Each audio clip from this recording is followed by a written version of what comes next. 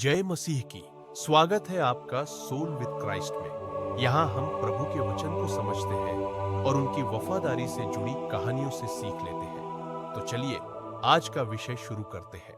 कभी आपने खुद से ये सवाल किया है, क्या मेरी जिंदगी पहले से लिखी जा चुकी है? क्या मैं बस एक कठपुतली हूं, या फिर क्या वाकई मेरे पास अपने जीवन को बदलने की शक्ति है? कई लोग बड़े यकीन से कहते हैं, जो किस्मत में लिखा है वही होकर रहेगा। लेकिन क्या सच में ऐसा ही है, या फिर सच्चाई इससे बिल्कुल अलग है?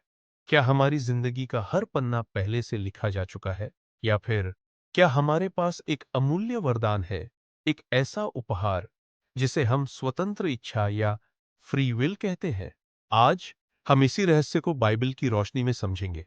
और अगर आप इस वीडियो को अंत तक देखेंगे तो हो सकता है आप अपनी जिंदगी को एक नई नजर से देखना शुरू कर दें।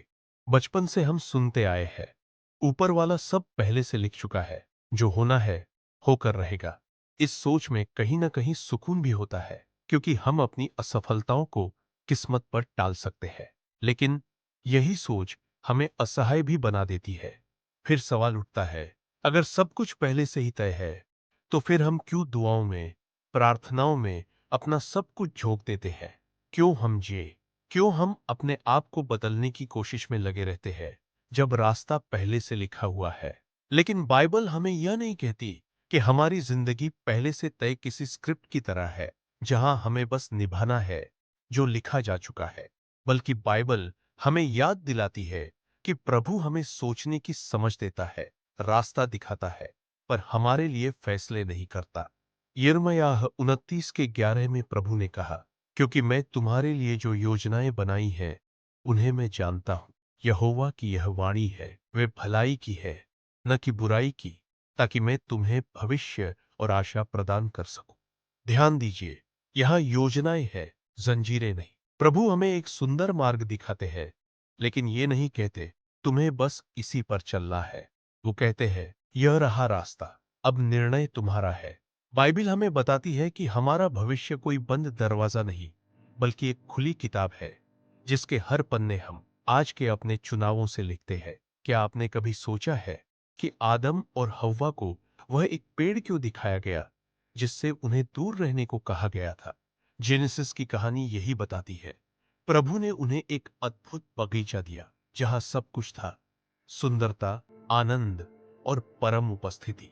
पर उसी बगीचे में एक पेड़ था जिसके फल को छूने से मना किया गया था। अब सवाल उठता है, प्रभु तो सर्वशक्तिमान है, तो वो चाहते तो उस पेड़ को ही हटा सकते थे, या आदम हव्वा को उसके पास जाने से रोक सकते थे।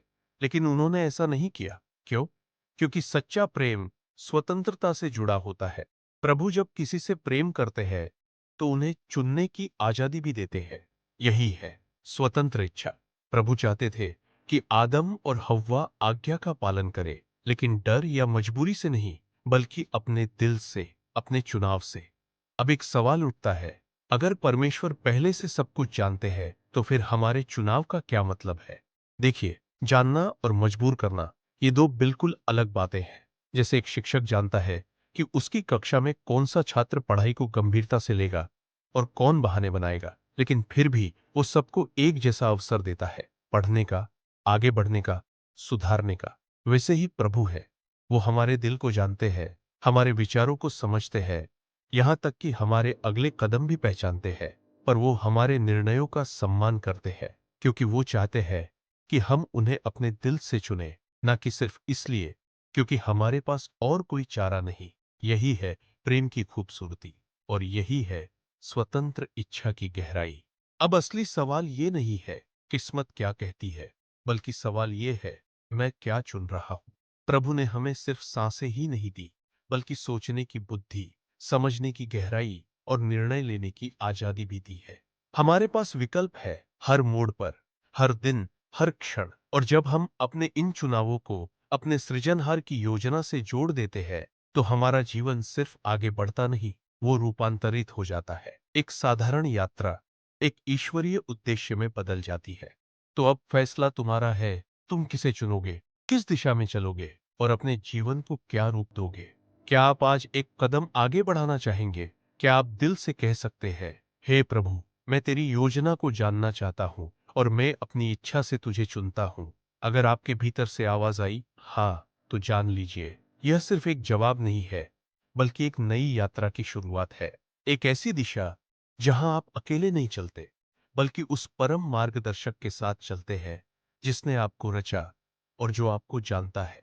क्योंकि अंत में हमें किस्मत नहीं, हमारे चुनाव आगे ले जाते हैं। फैसले ही है वो चाबी जो भविष्य के बंद दरवाजे खोलती है।